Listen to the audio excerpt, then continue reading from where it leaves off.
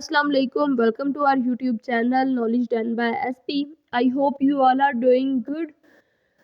आज की वीडियो में यूओजी के एक डिपार्टमेंट से दूसरे डिपार्टमेंट में फ़ीस ट्रांसफ़र करवाने के तरीके पर डिस्कशन करेंगे कि किस तरह से आप फ़ीस ट्रांसफ़र करवा सकते हैं। बिकॉज़ एक क्वेश्चन जो बहुत ज़्यादा स्टूडेंट्स पूछ रहे थे कि क्या अगर एक डिपार्टमेंट की फर्स्ट मेरिट लिस्ट में हम लोग का नाम आ जाता है और हम फ़ीस सबमिट करवा देते हैं और उसके बाद किसी और डिपार्टमेंट की थर्ड मेरिट लिस्ट में हम लोग का नाम आ जाता है और हम उस डिपार्टमेंट में ज़्यादा इंटरेस्टेड हैं जिसकी थर्ड मेरिट लिस्ट में नाम आया है, तो क्या हम लोग की फ़ी ट्रांसफ़र हो जाएगी? अगर हो जाएगी तो कैसे होगी?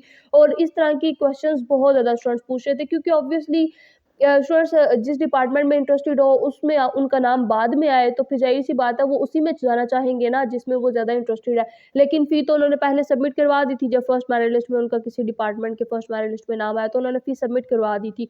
तो स्टूडेंट्स अब परेशान हो रहे थे कि क्या उन्हें दोबारा से फ़ीस सबमिट करवानी पड़ेगी जिसकी थर्ड मेरिट लिस्ट में नाम आया है, पहले वाली फ़ी रिफ़ंड होगी या क्या होगा? आपकी फ़ी जो है वो ट्रांसफ़र हो जाती है। अब ट्रांसफ़र कैसे आपने करवानी है वो सारा प्रोसीजर आज की वीडियो में मैं आपके साथ डिस्कस करूँगी। जब आपकी फर्स्ट मेरिट लिस्ट लगती है किसी डिपार्टमेंट की तो उसके लिए आपको कुछ डेज़ दिए जाते हैं। जैसे फर्स्ट मेरिट लिस्ट लग रही है 29 अक्टूबर 2021 को और आपके पास 3 नवंबर 2021 तक का टाइम है कि जिन स्टूडेंट्स के नाम फर्स्ट मेरिट लिस्ट में आए उन्होंने 3 नवंबर तक अपनी फ़ी वगैरह सबमिट करवानी है। और उसके बाद फिर इस तरह से सेकंड मेरिट लिस्ट लगेगी और सेकंड मेरिट लिस्ट वालों को भी थोड़े दिन दिए जाएंगे। इस तरह से थर्ड मेरिट लिस्ट लगेगी और थर्ड मेरिट लिस्ट वाले स्टूडेंट्स को भी थोड़े डेज दिए जाएंगे। आपने क्या करना है कि अगर आपका थर्ड मेरिट लिस्ट में नाम आ गया किसी डिपार्टमेंट की और आप अपनी फर्स्ट मेरिट लिस्ट के टाइम पे जब आपने फ़ी सबमिट करवाई थी वो वाली फ़ी को आप ट्रांसफ़र करवाना चाह रहे हैं किसी और डिपार्टमेंट में, तो थर्ड मेरिट लिस्ट के बाद आपको कुछ डेज़ दिए जाते हैं ना। जैसे थर्ड मेरिट लिस्ट लग रही है आई गेस 12 नवंबर 2021 को और उसके लिए आपके पास टाइम है 17 नवंबर 2021 तक। तो ये आज जो आपको टाइम दिया जाता है 17 नवंबर 2021 तक जो आपको टाइम दिया जाएगा थर्ड मेरिट लिस्ट के बाद, उन डेज़ में ही आपने यूनि विज़िट करनी है, यूनि जाना है आपने और वहाँ जाके जी आपने एक एप्लीकेशन लिखनी है। उस एप्लीकेशन में ऑब्वियसली एक आपने खूबसूरत सी प्यारी सी और सोबर सी एप्लीकेशन लिखनी है जिसमें आपने ये चीज़ें लिखनी है कि जी आपका फलां डिपार्टमेंट की फर्स्ट मेरिट लिस्ट में नाम आया था और साथ अपना एप्लीकेशन नंबर भी लिखिएगा और फिर जी अब आपका फलां डिपार्टमेंट की थर्ड मेरिट लिस्ट में नाम आ गया और एप्लीकेशन नंबर आगे लिखिएगा इस तरह से और फिर उन्हें बताइएगा कि मैं जी इस डिपार्टमेंट में ज़्यादा इंटरेस्टेड हूँ जिसकी थर्ड मेरिट लिस्ट में नाम आया है और मैं अपनी फ़ी ट्रांसफ़र करवाना चाह रही हूँ, तो अगर आप प्लीज़ मेहरबानी करें तो मेरी फ़ी ट्रांसफ़र करवा दें। और इस तरह से आप एप्लीकेशन लिखेंगे, उर्दू में भी लिख सकते हैं, इंग्लिश में भी लिख सकते हैं, कोई ऐसा मसले वाली बात नहीं है।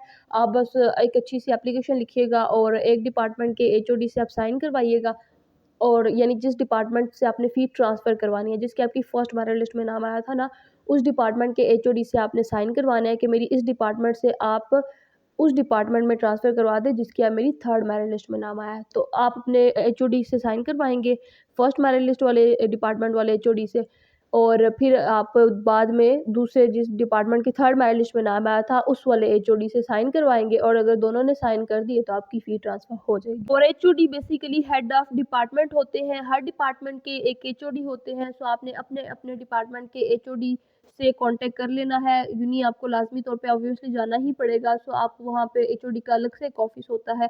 आप किसी से भी पूछ लीजिएगा डिपार्टमेंट में जाके कि एचओडी साहब का ऑफ़िस किधर है, तो वो आपको बता देंगे। फिर आप एचओडी के ऑफ़िस में जाएँ और वहाँ जाके साइन वगैरह करवा लें।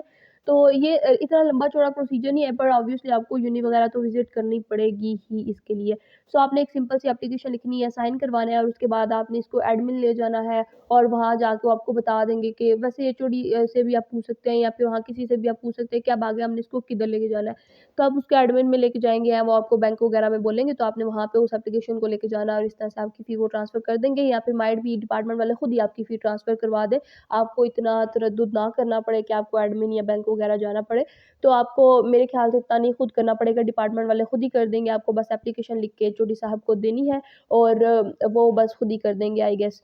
आपको इतनी ज़्यादा मुश्किल फ़ेस नहीं करनी पड़ेगी मेरे ख़्याल से, तो आप टेंशन फ्री हो जाएँ। अगर किसी डिपार्टमेंट की फर्स्ट मेरिट लिस्ट में आपका नाम आता है तो आप फ़ीस सबमिट करवा दें क्योंकि आपकी फ़ी वो बाद में ट्रांसफ़र हो जाती है। लेकिन अगर आपका किसी डिपार्टमेंट की फर्स्ट मेरिट लिस्ट में नाम आता है और आप फ़ी नहीं सबमिट करवाती है कि लाइक नहीं जी फलाँ डिपार्टमेंट के थर्ड मेरिट लिस्ट में मेरा नाम आ जाएगा तो मैं फ़ी नहीं सबमिट करवा रही, तो ऐसे बिल्कुल भी नहीं करिएगा क्योंकि बाद में फिर आपकी फ़ी जो है वो एक्सेप्ट नहीं करेंगे। बेशक आपका फर्स्ट मेरिट लिस्ट में नाम आया था, आपका जितना भी हाई था एग्रीगेट 15 मेरिट आपका जितना भी हाई था